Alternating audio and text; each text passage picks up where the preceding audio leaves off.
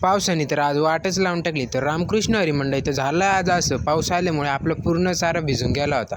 म्हणून म्हणलं आपण त्याला आता 1-2 दिवस उन्हात वाळून देऊ आणि मग हा चारा आपल्याला ट्रॅक्टरमध्ये शिफ्ट करायचा होता. हा बघा मित्रांनो, उंदीर आपल्या शेतात मेलेला सापडलेला आहे. तर हा सगळा चारा आपल्याला आता ट्रॅक्टरमध्ये शिफ्ट करायचा होता. थोड्याच वेळात आपल्या इथं ट्रॅक्टर येणार होतं. फायनली मग ट्रॅक्टर आलेले. ट्रॅक्टरमध्ये आपल्याला पहिले पत्रे टाकायचे होते. मग आपण पत्रे ट्रॅक्टरमध्ये शिफ्ट करून टाकले. आपल्या घरी भरपूर पत्रे आहेत. मग म्हणलं आपण बेडावर पण घेऊन जाऊ.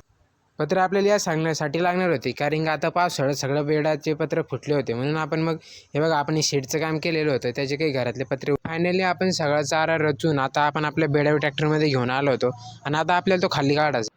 आणि आपण तो खाली काढून आता एकदम मस्त रचलेला आहे. म्हणजे त्याला आता ना पाणी लागणार ना त्याला काही होणार. आपलं सगळं काम झालं म्हणून मग आपण निघालो घराच्या दिशेने. तर हे मित्रांनो, हे पनवेल हायवेचं काम चालू आहे आपल्या